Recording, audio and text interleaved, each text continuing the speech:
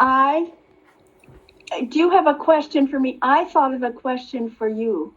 How did you go to RIT?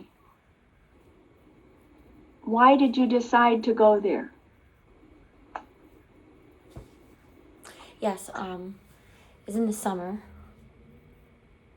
I think I finished high school in the summer, and before I changed plans, they had a special deaf program, RIT. The name was EYF. For the future, discuss what you do with computers. So I went there for 1 week with other kids for future plans with technology, and you see how it works. And I joined that university, RIT. I enjoyed it for 1 week. I met people. I learned things. I had fun. I loved technology. Technology, computers. They had games with technology and computers, phones.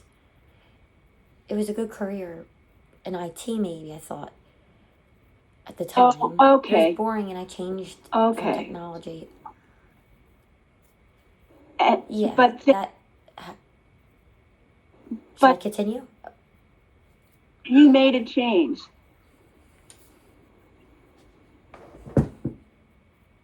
Yes. So I went to the university. The career path was continuing. In the back of my head, I enjoyed technology, but I realized it happened like it was more of a hobby that I enjoyed technology, and I finished for the future and a career path like with work. But I kept thinking, see and think what people do at RIT with computers and technology.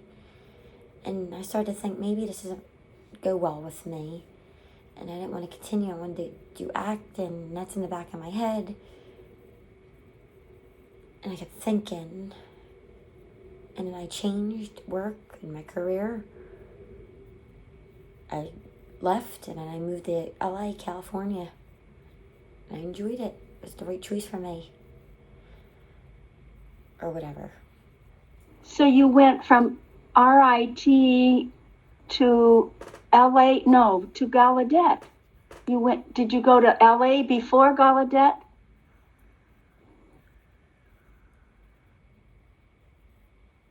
Right, yeah. I went to Gallaudet for 1 semester, really briefly. I was anxious, and I wanted to achieve things, and Gallaudet's program, you'd sit in an area in the classroom and act in class. But the career, it was a process, and I finished auditions, and I was excited with my acting skills at Gallaudet, but didn't pick me. And I kept beating myself up. And I realized in the middle of the semester, that university, I wanted to leave. And I changed. And in a few months, I had a new career path, and I left Gallaudet for California. Oh. Did you go to school, to classes in California, or you got to know actors?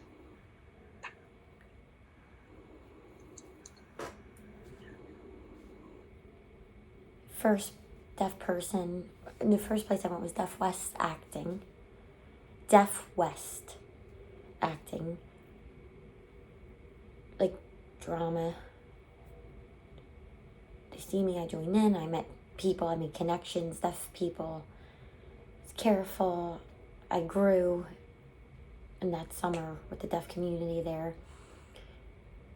It was like a 96-minute drive for the career and movies. And I joined in. I happened to act. I act in front of people. And I kept acting in front of people. And I met new people and made new growths. And it continued. Okay. And then you went on to the TV program after Deaf West? Switched at birth or whatever.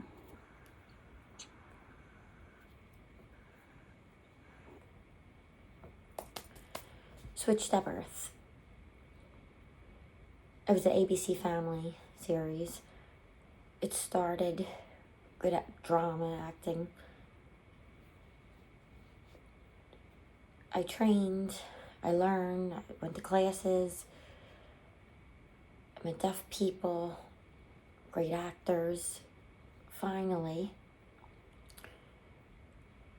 and I observed, and I was at Switched at Birth, and I was reading and watching, and I enjoyed it. I was cooking one night, and I was reading and watching. I seen it, and I was like, oh, this is great. I want to join in. And with the name Sean Birdie, fabulous, amazing actor, great skills. I changed such a small deaf world, and I focused on that. And I wished to be in that place. I was hopeful. So later, I applied myself. I met a boy who was friends with John from a guy at Switched at Birth, and more connections grew. Such a small world. Oh. Was he still on the show when you were on it?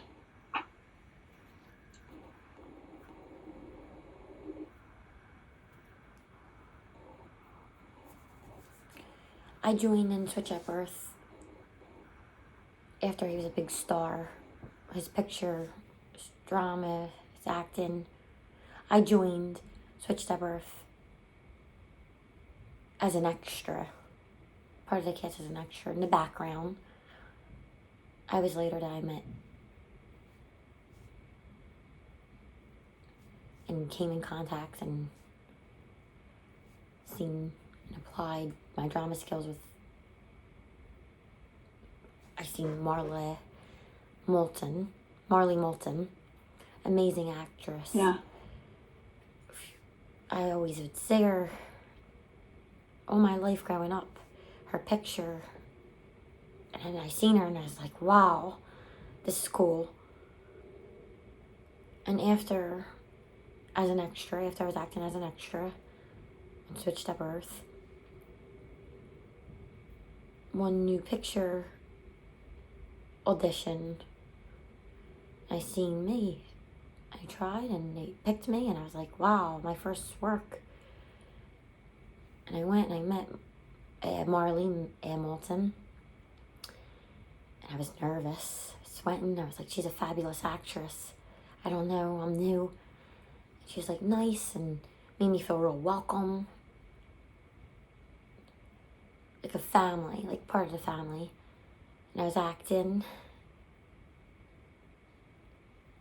And I think it was the third episode.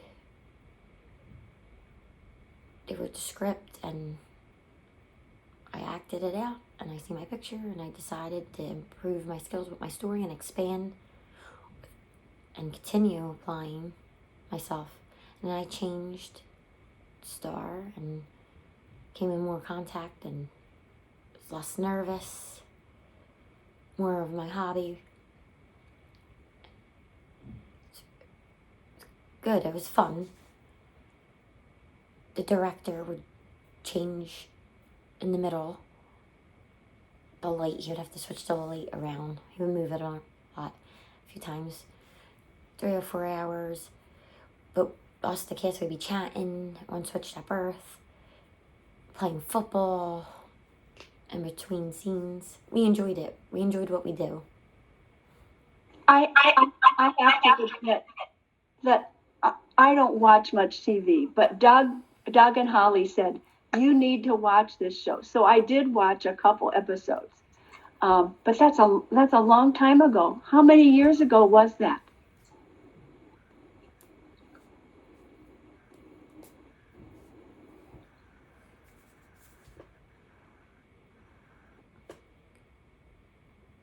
think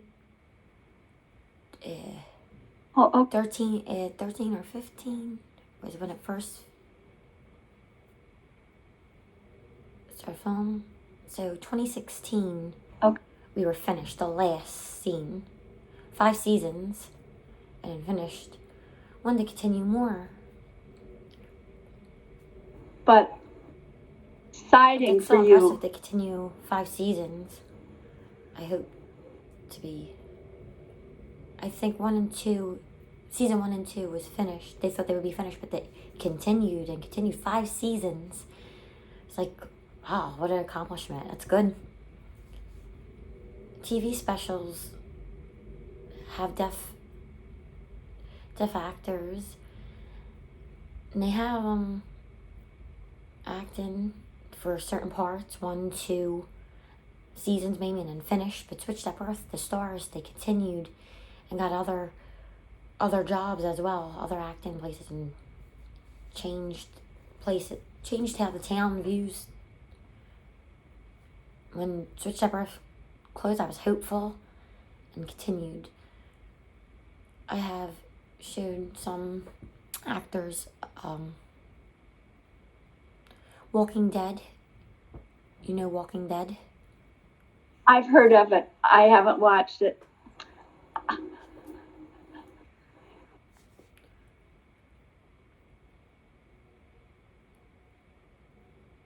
Sean was welcomed on there. He was a man on the show. He was there and changed with the stars and moved here and was just curious and had new opportunity. Have to continue. Okay. Worked with some in the past. That the deaf movie camp. I joined as a trainer, a teacher of deaf kids, 13 to 16. And we showed them how to direct and film and how to act. And I met many people at that time. Oh, I was a teacher at that time, working with at the Deaf oh, Institute training. And then later, I worked with one director, Brody. I learned a lot of ASL oh, and taught him how to view it, watch it, and served Brody acting, joining and acting, and I gave out a trophy. It was fabulous, great improvement. Now, the whole world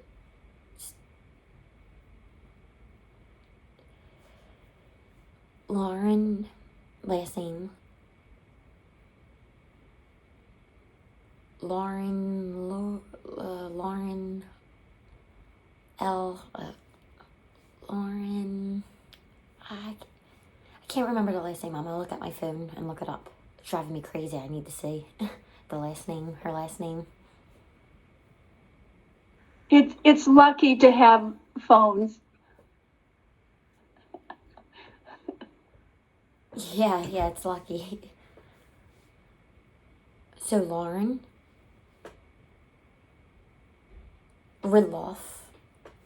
Ridloff, and here's her picture. Oh,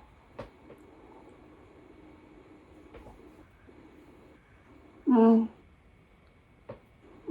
good, good. Her husband and grandson Doug Oh, do another Doug. poetry slam. Oh, yeah.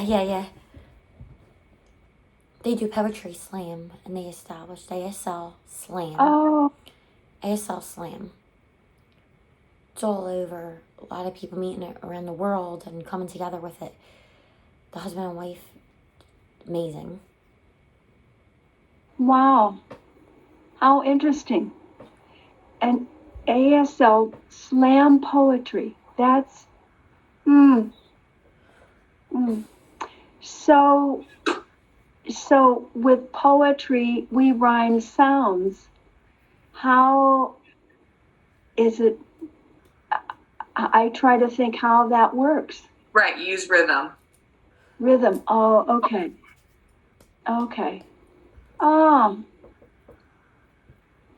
have you done some poetry? Yes. I love it. I love it. I enjoy poetry. Yes. A few years ago, I did poetry at ASL Slam. And I went, I trained, and I did my slam. We share our experiences, and what we enjoy with ASL Slam is watching other deaf people share their signing, and everybody gets a turn, and it's fun. I enjoy it. Oh. It's a nice experience time. Okay. I learned so much. I learned so much from these sessions. I really enjoy it. And nice to see you again. Yes, nice to see you again. Okay, goodbye.